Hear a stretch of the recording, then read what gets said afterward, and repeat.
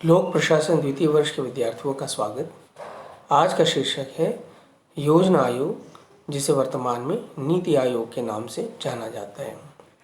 सर्वप्रथम हम यह जानें योजना अथवा नियोजन से क्या तात्पर्य है। नियोजन अथवा योजना निर्माण प्रशासन का एक अभिन्न कार्य है और इसका अर्थ होता है किसी भी कार्य को करने की पूर्व तैयारी। और इसका उद्देश्य है कि जो हमारे पास उपलब्ध संसाधन हैं, चाहे वो मानवीय हों, तकनीकी हों या प्राकृतिक संसाधन हों, उनका हम अधिकतम लाभप्रद उपयोग कैसे करें, इसकी एक जो है पूर्व तैयारी है। तो जब भी हम योजना बनाते हैं तो हमारा उद्देश्य क्या होता है, जो हमारे पास संसाधन है तो उसका हम कैसे मैक्सिमम यूटिलाइजेशन करें ताकि जो हमारे उद्देश्य हैं वो पूरे हो सकें। तो जब देश आज़ाद हुआ था तो हमारे देश में तीव्र आर्थिक और संतुलित विकास के लिए एक केंद्रीकृत आर्थिक नियोजन की तंत्र की आवश्यकता महसूस की गई। इसलिए 15 मार्च 1950 को केंद्रीय मंत्रिमंडल के एक संकल्प द्वारा योजना आयोग का गठन किया गया। तो उस वक्त जब देश आज़ाद हुआ था तो हमने सोवियत संघ के समाजवादी शासन की जो संरचना है उसको अपनाया था। हमारा उद्देश्य ये था कि जो देश में उपलब्ध संसाधन हैं उसके लिए हम केंद्रीय स्तर पर एक केंद्रीकृत योजना बनाएं और उस योजना के अनुसार पूरे देश का एक संतुलित विकास किया जाए।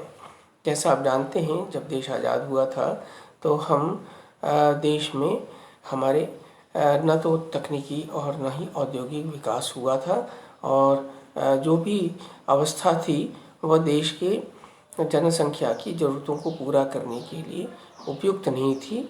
इसीलिए हमने पंचवर्षीय और जो है 1 वर्षीय योजनाएं काफ़ी लंबे समय तक बनाई। यानी पहले तो हम 5 वर्षों की योजना बना लेते थे और 5 वर्षों में हम किस लक्ष्य को हासिल करना चाहते हैं और कैसे हम संसाधनों का उपयोग करेंगे, और बाद में उस प्रत्येक वर्ष का हम एक योजना बनाते थे और उस अनुसार जो है संसाधनों का उपयोग किया जाता था। तो योजना आयोग जो है इसका निर्माण इसीलिए 1 जनवरी 15 अगस्त 1950 को किया गया था, जैसा मैंने पूर्व में बताया। लेकिन यह जो योजना आयोग था ये लंबे समय तक पंचवर्षीय योजनाएं बनाई और इसने देश के विकास के लिए काफ़ी कार्य किए। लेकिन जैसा आप जानते हैं कि जैसे समय बदलता है तो हमारी सोच और हमारी तकनीक में परिवर्तन आता है, हमारी ज़रूरतें बदलती है, परिस्थितियाँ बदलती है। तो कई बार जो पुराने तौर तरीके से काम करने वाली संस्थाएं होती हैं उसमें परिवर्तन की आवश्यकता होती है। इसलिए 1 जनवरी 2015 को योजना आयोग के स्थान पर केंद्रीय मंत्रिमंडल ने एक संकल्प द्वारा एक नीति आयोग का गठन किया। तो नीति आयोग जो है वर्तमान में योजना आयोग का इसने स्थान ग्रहण कर लिया है और इसमें सहकारी संघवाद की भावना को ध्यान में रखा गया है और उद्देश्य यह है कि अधिकतम शासन किया जाए और न्यूनतम सरकार का जो एक अप्रोच होता है, maximum governance and minimum government, तो ये सोच रखकर नीति आयोग का गठन किया गया है। इसका जो मुख्य उद्देश्य है देश के भौतिक, तकनीकी और मानवीय संसाधनों का अनुमान लगाना और उनके संतुलित उपयोग के लिए व्यवहारिक योजना का निर्माण करना है। तो अब हम थोड़ा सा एक कंपैरिजन कर लें कि भाई वर्तमान में नीति आयोग भी यही कार्य कर रहा है और पूर्व में योजना आयोग का भी यही उद्देश्य था कि उपलब्ध संसाधनों का हम कैसे अधिकतम उपयोग करें। पर दोनों के अप्रोच में फ़र्क है और यह फ़र्क जो है ये हम बाद में समझेंगे। लेकिन जो पूर्ववर्ती योजना आयोग था उसके क्या काम थे, वो कैसे काम करता था, इसके बारे में जानकारी ले लेते हैं और किन मामलों में वह असफल रहा और उसको हटाकर नए स्वरूप में उसको ढालने की जो ये प्रयास किए गए हैं तो उसके पीछे क्या कारण रहे, आज हम इसके ऊपर चर्चा करेंगे। तो जो पूर्ववर्ती योजना आयोग था वह योजना के प्रभावी पहले तो मैंने पंचवर्षीय योजनाओं का वो एक निर्माण करता था और उसके जो है विभिन्न चरणों का निर्धारण करता था कि हम प्रथम वर्ष में कौन कौन से कार्य पूरे करेंगे द्वितीय वर्ष में, फिर तृतीय वर्ष में। इस प्रकार से विभिन्न जो स्टेजेस होते हैं जिसके माध्यम से किसी योजना का क्रियान्वयन किया जाता था, उसका वह निर्धारण करता था। और साथ ही साथ तंत्र का भी निर्धारण करता था, तंत्र का निर्माण करता था कि किन संस्थाओं के माध्यम से योजनाओं को क्रियान्वित किया जाएगा। तो योजना का निर्माण और तंत्र का निर्धारण, फिर संसाधनों का नियमन, फिर योजना की प्रगति का मूल्यांकन और मार्ग में आने वाली जो भी बाधाएं हैं उनको दूर करने के आवश्यक उपायों की सिफारिश करता था। तो ये जो योजना आयोग था वो इस प्रकार के कार्य करता था। योजना आयोग के जो अध्यक्ष थे वो स्वयं प्रधानमंत्री हुआ करते थे और साथ ही साथ केंद्रीय मंत्रिमंडल के कुछ प्रमुख कैबिनेट मंत्री भी हुआ करते थे। विशेषकर उसमें वित्त मंत्री हैं, गृह मंत्री हैं, कृषि मंत्री हैं, ये तो होते ही थे। साथ ही साथ अन्य वित्तीय और आर्थिक सलाहकार तथा तकनीकी सदस्य भी उसमें शामिल हुआ करते थे। जैसा आपको पता है कि योजना आयोग जो योजनाएं बनाती थी उन योजनाओं को राष्ट्रीय विकास परिषद के सम्मुख रखा जाता था और राष्ट्रीय विकास परिषद जो थी वो सभी राज्यों के मुख्यमंत्रियों की एक बैठक बुलाई जाती थी जिसे राष्ट्रीय विकास परिषद का नाम दिया जाता था। और सभी मुख्यमंत्रियों की उस सभा में, जिसमें प्रधानमंत्री और योजना आयोग के अन्य सदस्य भी शामिल होते थे और केंद्रीय मंत्रिमंडल के प्रमुख सदस्य भी शामिल होते थे, इन सबके समक्ष योजना आयोग द्वारा बनाए गए योजनाओं को रखा जाता था और उन पे डिस्कशन किया जाता था कि इस योजना को लागू करने में राज्यों के समक्ष क्या समस्या आ सकती है और उनके क्या सुझाव हो सकते हैं। और एक बार जब राष्ट्रीय विकास परिषद में योजना आयोग द्वारा बनाए गए योजना को स्वीकृत कर लिया जाता था तो फिर वह जो है उसको लागू किया जाता था राज्यों के सहयोग के माध्यम से। तो ये प्रक्रिया लंबे समय तक चली, जैसा मैंने कहा 2015 तक यही व्यवस्था थी। लेकिन नई जो सरकार आई, जैसा मैंने कहा मोदी जी की सरकार आई, तो उन्होंने इस पूरी व्यवस्था में एक परिवर्तन उन्होंने परिवर्तन किया और योजना आयोग का जो पारंपरिक जो स्वरूप था उसमें एक परिवर्तन करके उसको एक नीति आयोग का नाम दिया और उसके जो काम करने के तौर तरीके, उसका जो उद्देश्य है उसमें एक परिवर्तन किया। और वो सारे परिवर्तन क्या है इसकी अपन बाद में चर्चा करेंगे। फिलहाल ये जाने कि आखिर मोदी सरकार ने ऐसा क्यों किया, तो ये बदलाव क्यों लाया गया, योजना आयोग को हटाकर नीति आयोग क्यों लाया गया। तो चौथी जो पंचवर्षीय योजना तक देश की जो आर्थिक समृद्धि की जो दर थी वो उतनी नहीं रही जितनी की अपेक्षा की गई थी। बेरोजगारी, निर्धनता, कुपोषण इत्यादि पर प्रभावी नियंत्रण भी नहीं लगाया जा सका था। सामाजिक न्याय, मानव विकास, मानव संसाधन व पूंजी का विकास, प्राथमिक शिक्षा, स्वास्थ्य के सार्वभौमिकीकरण की दिशा में विकास अपेक्षा से कम हुआ था। तो इसलिए और आज का जो परिस्थिति है, वर्तमान जो परिस्थिति, उसमें देखिए विकास के कुछ नए पैरामीटर्स भी उभर कर आए हैं और उस दृष्टि से भी योजना आयोग जो है अपेक्षित परिणाम नहीं दे पा रहा था। तो आज के जो पैरामीटर्स हैं उसमें देखिए जनांकीय लाभांश, जिसको डेमोग्राफिक डिविडेंड कहते हैं, कुशल श्रम बल, बेहतर सामाजिक सुरक्षा प्रणाली और धारणीय आर्थिक विकास, ज्ञान समाज और ज्ञान अर्थव्यवस्था का निर्माण जैसे जो मुद्दे हैं आजकल बड़े प्रभावी हो गए। इसका अर्थ ये है, ये जो शब्द हैं प्रत्येक शब्द की एक अवधारणा है। ये जो अवधारणाएं हैं वह दिखाती है कि जो हमारे पास आर्थिक जो संसाधन है, जो प्राकृतिक संसाधन है, उससे हमको क्या लाभ मिल रहा है। यानी कि अगर हमारे ज़मीन जो है, उन जो हमारे पास वाटर बॉडीज़ हैं या जो हमारी टेक्नोलॉजी है या जो हमारे पास मिनरल्स हैं और उसमें जितना श्रम लगाया जा रहा है, जितना धन लगाया जा रहा है, उससे हमको कितना लाभ हो रहा है।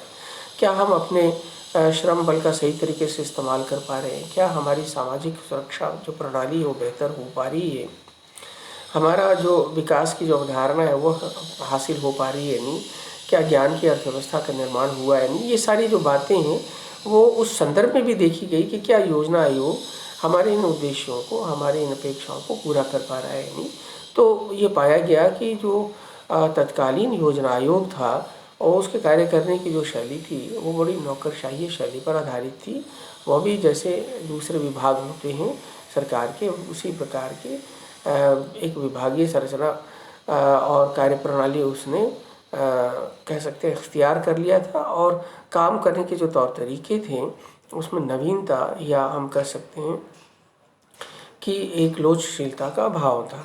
तो इसलिए वर्तमान सरकार ने यह महसूस किया कि हमें अपने जो संरचना है योजना आयोग की और उसकी जो कार्यप्रणाली है, अब उसमें हमको एक परिवर्तन लाने की आवश्यकता है। और भारत में तीव्र आर्थिक विकास के लिए और भारत को एक पूरे तरीके से जिसको कहते हैं 360 डिग्री पर एक चेंज लाने के लिए, ट्रांसफॉर्मिंग इंडिया के जो विविध ज़रूरतें हैं उसको पूरा करने के लिए योजना आयोग को हटाकर और नीति आयोग का नीति आयोग का निर्माण किया गया।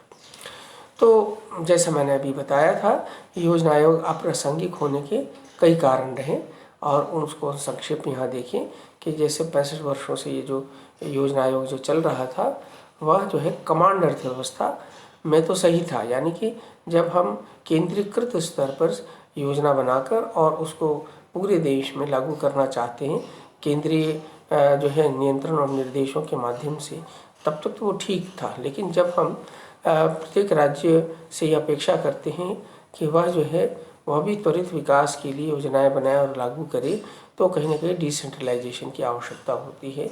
और भारत जैसे विविधता वाले जो देश में, तो उसमें राज्यों की अपनी अपनी ज़रूरतें हैं, अपनी अपनी परेशानियां हैं। तो हर राज्यों की आवश्यकताओं को केंद्रीकृत योजना में शामिल करना मुश्किल था।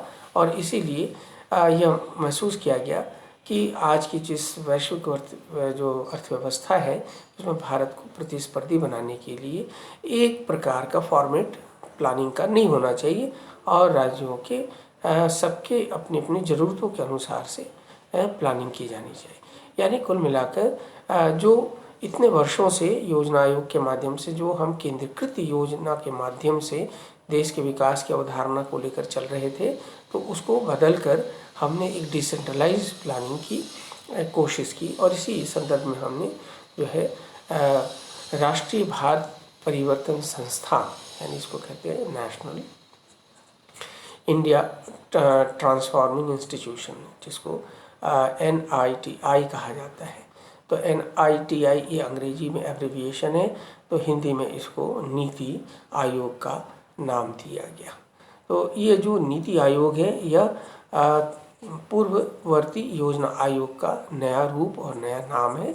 और यह जो नीति आयोग बनाया गया, इसमें प्रमुख बात ये कही गई कि जो पुरानी जो योजना आयोग था वह नीति पंगुता यानी पॉलिसी पैरालिसिस की शिकार थी और नीति के क्रियान्वयन में वो उसमें बड़ा विलंब पाया जाता था। यानी जो दो मुख्य उद्देश्य होते हैं कि देश में उपलब्ध संसाधनों का कैसे हम अधिकतम उपयोग करें, तो उसके लिए नीतियाँ बनानी पड़ती है। तो वो नीति पंगुता की शिकार थी, यानी वो सही नीतियाँ बना नहीं पा रही, सही डिसीजंस नहीं ले पा रही थी और जो भी नीतियाँ बनाती थी उन नीतियों को क्रियान्वित करने में भी वो उसमें काफ़ी विलंब हुआ करता था। इसीलिए ये एक बड़ा कारण बना पुराने नीति आयोग को, योजना आयोग को हटाने का और नए नीति आयोग को लाने का।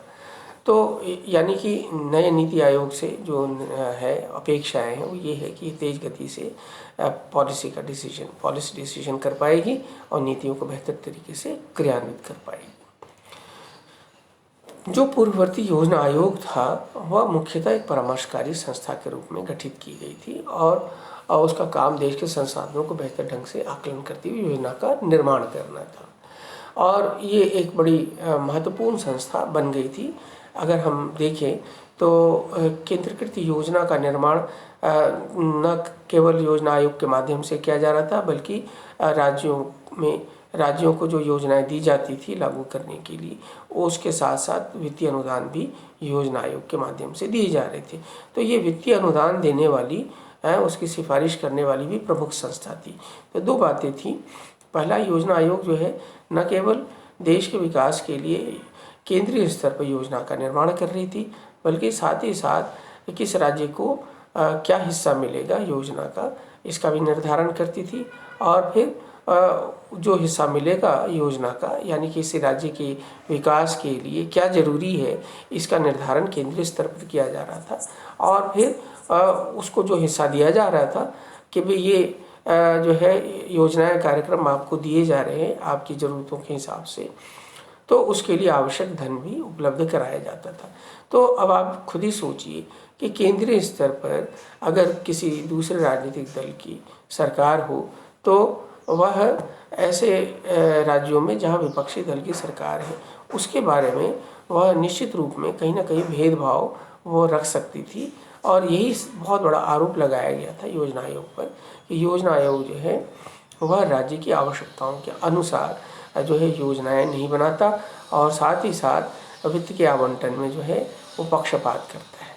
तो ये सारे आरोप जो लगाए गए थे, उसकी वजह से जो है योजना आयोग को परिवर्तित करने की आवश्यकता थी।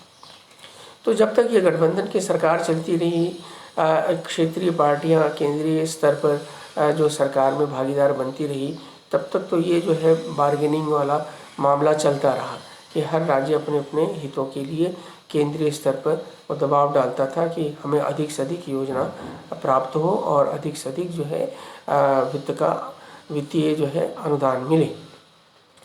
लेकिन जैसे ही आप देखें कि यह महसूस किया जाने लगा कि इस पूरी प्रक्रिया में जो है एक संपूर्णता का ह्रास हो रहा है, एक लॉबिंग हो रही है, और जो है एक इसमें एक पॉलिटिक्स हो रही है।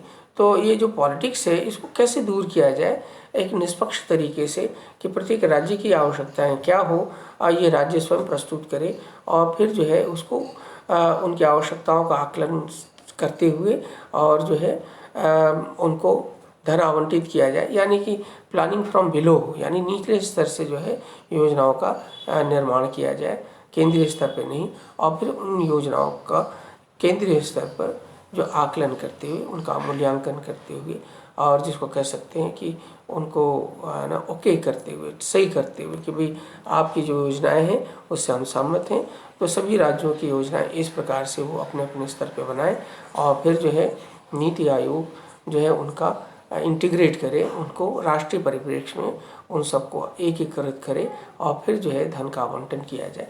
तो ये एक नए सोच की आवश्यकता थी। इसीलिए बहुत सारे राजनीतिक विश्लेषक जो थे, पुरानी जो केंद्रीकृत प्रकार की जो योजना थी उसका उन्होंने विरोध करते हुए नीति आयोग के निर्माण की आवश्यकता पर बल दिया, और इसीलिए 1 जनवरी 2015 से नीति आयोग का निर्माण किया गया। योजना आयोग जो है उसको समाप्त कर दिया गया, उसके स्थान पर नीति आयोग लाया गया। अब ये नवीन जो नीति आयोग, इससे क्या अपेक्षाएं हैं? तो इस अपेक्षा ये है कि शासन में जटिलता और परेशानियों की जो संभावना है उसको कम किया जाए, और अधिक से अधिक प्रौद्योगिकी का इस्तेमाल यानी टेक्नोलॉजी का यूज़ किया जाए।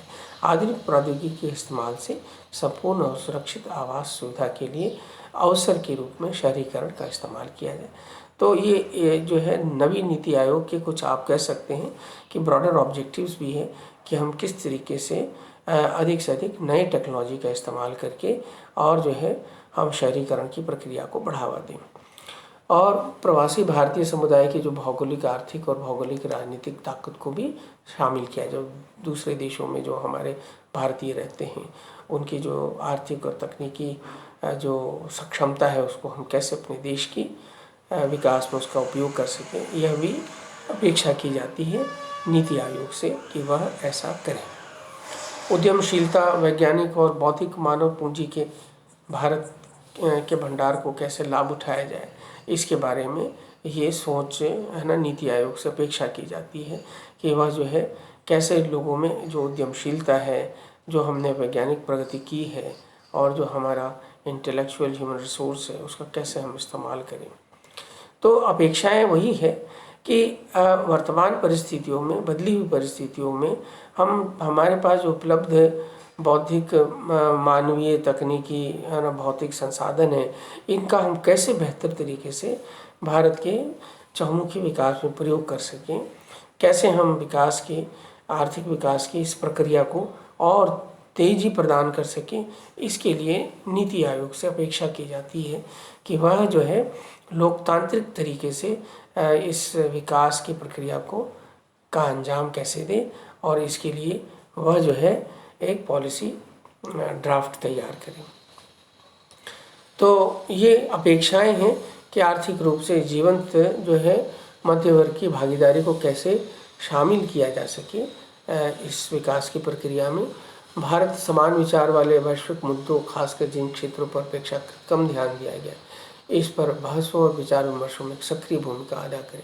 कुल मिलाकर सभी के राय जाना जाए, अलग अलग क्षेत्रों से जो विशेषज्ञ हैं उनकी राय जाना जाए कि कैसे हम देश की प्रगति कर सकते हैं, आर्थिक प्रगति कर सकते हैं, और इसके लिए अलग अलग क्षेत्रों में जो लोग विशेषज्ञ हैं उनकी राय को जाना जाए। खाद्य सुरक्षा हमारा एक पहला महत्वपूर्ण कंसर्न हुआ करता था।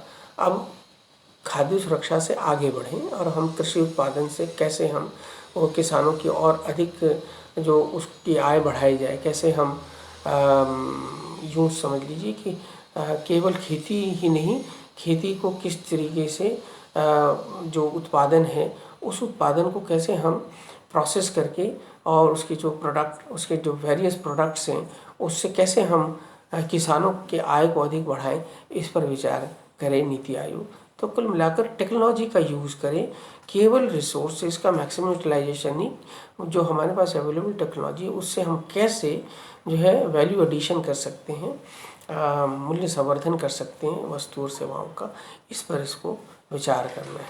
तो कुल मिलाकर हम नीति आयोग से क्या अपेक्षा करते हैं कि देश में है ना एक परिवर्तन आए, आर्थिक परिवर्तन आए, हमारी जो है विकास की दर तेज गति से बढ़े, और नीति आयोग एक फैसिलिटेटर की भूमिका निभाए, न कि वो जो है स्वयं बैठकर सारी योजनाओं का निर्माण करे, सबको इसमें शामिल करे, सबके राय विचार स्वीकार करे और मिलजुल कर जो है एक संतुलित क्षेत्रीय विकास की चर्चा हो, और इसमें इसकी एक भूमिका फैसिलिटेटर की है। ये फाइनल अथॉरिटी न बने जैसा कि योजना आयोग पहले हुआ करता था।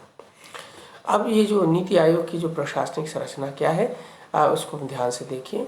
इसमें जो अध्यक्ष होते हैं प्रधानमंत्री स्वयं होते हैं, उपाध्यक्ष जो है प्रधानमंत्री द्वारा नियुक्त किए जाते हैं। इसमें इसकी एक परिषद होती है, इसमें सभी राज्यों के मुख्यमंत्री और केंद्र प्रशासित जो क्षेत्र हैं उनके उपराज्यपाल शामिल होते हैं। इसकी अपनी क्षेत्रीय परिषद होती है और विशिष्ट क्षेत्रीय मुद्दों को संबोधित करने के लिए प्रधानमंत्री या उसके द्वारा नामित व्यक्ति मुख्यमंत्री और उपराज्यपालों की बैठक की अध्यक्षता करता है। इसके अलावा तदर्थ सदस्य भी होते हैं जो देश के अग्रणी अनुसंधान संस्थानों से बारी बारी से 2 पदेन सदस्य लिए जाते हैं। पदेन सदस्यता भी इसमें होती है। प्रधानमंत्री द्वारा नामित केंद्रीय मंत्रिपरिषद के अधिकतम 4 सदस्य होते हैं जो पदेन सदस्य के रूप में कार्य करते हैं। तो आप देखिए जो कैटेगरीज हैं, अध्यक्ष हैं, उपाध्यक्ष हैं, संचालन परिषद है, इसकी क्षेत्रीय परिषद है, इसमें तदर्थ सदस्यता दी गई है, पदेन सदस्यता दी गई है। इसका अपना एक मुख्य कार्यकारी अधिकारी है जो भारत सरकार के सचिव के स्तर का व्यक्ति होता है और प्रधानमंत्री द्वारा एक निश्चित कार्यकाल के लिए नियुक्त किया जाता है। इसके अलावा विभिन्न क्षेत्रों के विशेषज्ञों को प्रधानमंत्री विशेष आमंत्रित सदस्य के रूप में भी शामिल करते हैं। तो ये एक इसकी जो रचना है यह दर्शाती है कि इसमें कोई एक निश्चित संख्या नहीं है। इसमें देश के सभी क्षेत्रों के जो विशेषज्ञ हैं वो भी इसमें शामिल किए जाते हैं, और इस प्रकार एक जो है व्यापक सोच लेकर कैसे भारत में तेज गति से आर्थिक विकास किया जा सके, अपने संसाधनों का, अपने बौद्धिक, तकनीकी, प्राकृतिक संसाधनों का कैसे हम बेहतर तरीके से उपयोग कर सकें, इस पर एक विशद चर्चा करने का यह एक मंच बन गया है। तो आज के इस वीडियो में इतना ही। अगली बार हम नीति आयोग के कार्य और है ना इसकी भूमिका है इसके बारे में विशेष चर्चा करेंगे। धन्यवाद।